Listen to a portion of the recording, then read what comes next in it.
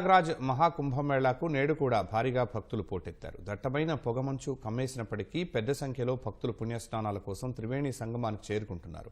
ఉదయం 8 గంటల వరకు 55 లక్షల మంది స్నానాలు చేసినట్లు ఉత్తరప్రదేశ్ ప్రభుత్వం తెలిపింది.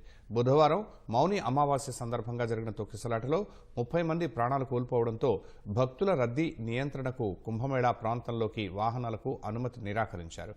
ఫిబ్రవరి 3న వసంత పంచమి పుణ్యదినాన అమృత్ స్నానం కోసం మరోసారి భారీ సంఖ్యలో భక్తులొచ్చే అవకాశం ఉంది. ఈ నేపథ్యంలో భక్తుల రద్దీ నిర్వహణపై ప్రభుత్వం దృష్టి పెట్టింది.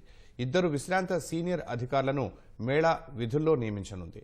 2019 కుంభమేళా సమయంలో ప్రయాగ్రాజ్ డివిజనల్ కమిషనర్గా పనిచేసిన ఆశిష్ గోయల్, ఆగ్రా డెవలప్మెంట్ అథారిటీ మాజీ వైస్ చైర్మన్ భాను గోస్వామిలకు బాధ్యతలు అప్పగించాలని నిర్ణయించింది. మహాకుంభమేళాలో పరిపాలనాపరమైన పర్యవేక్షణ కోసం అదనంగా 5 ప్రత్యేక కార్యదర్శి స్థాయి అధికారులను నియమించారు. ఫిబ్రవరి 12 వరకు వీరంతా ప్రయాగ్రాజ్లోనే ఉంటారని సీఎం యోగి ఆదిత్యనాథ్ తెలిపారు.